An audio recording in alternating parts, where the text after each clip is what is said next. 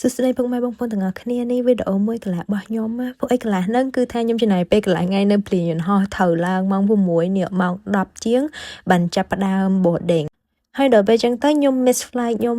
connecting flight ខ្ញុំចឹងក៏ខ្ញុំត្រូវជិះ train តាំងកណ្ដាលយប់ទៅ Sevilla ហើយ train នេះហ្នឹងជើងចុងក្រោយទៀតដល់ពេលខ្ញុំទៅដល់ Sevilla លឹងកណ្ដាលយប់ដល់ពេល clean ពេលក៏ដឹងញ៉ាំអីញ៉ាំក្រែមពួកអីគេបិទហាងអស់ហើយឥឡូវហ្នឹងចូលថ្ងៃទី1ដល់ពេញលេញរបស់យើងផឹកឡើងខ្ញុំញ៉ាំ breakfast លក្ខណៈ local មានដូចជា tostada អាហ្នឹងដូចនំប៉័ង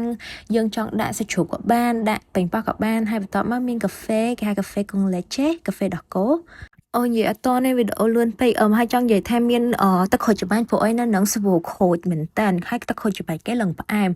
មិនហ្នឹងគឺគេហៅ setas de Sevilla ភាគច្រើនគេឡើងទៅលើហ្នឹងពេលថ្ងៃលិចដើម្បីមើលទេសភាពឥឡូវយើងចូលទៅដល់ cathedrals ម្ដងគឺ architecture គេស្អាតមែនតើមកហើយបន្ទាប់មកយើងទៅរកអីញ៉ាំព្រោះថាខ្ញុំចង់ញ៉ាំជាងគេគឺអា hamon iberico ហើយនិង hamon serrano ដូចអញ្ចឹងហើយខ្ញុំអត់ដឹងថាខ្មែរគេហៅមិនចេះអាហ្នឹងខំ Google មើលដែរប៉ុន្តែអត់ឃើញប៉ុន្តែគឺគេរបៀបដូចថាគេយកជើងជ្រូកហើយគេប្រឡាក់ឲ្យវាប្រឡាក់អំបិលវាហើយទុកឲ្យវាស្ងួតចោលរយៈពេល2ទៅ4ឆ្នាំអីចឹងទៅហើយមិនគេយកមកចិតនោះដូចពូនោះគាត់ពងចិតចឹងខ្ញុំថតទៅច្បាស់អើយនេះ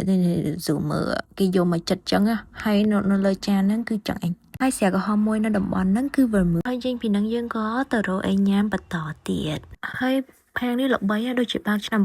1908ហើយនេះខ្ញុំហៅ Hamon Iberico ជាមួយនឹង white wine ពណ៌ខាងក្នុងគេវិញគឺ interior កប់សេរី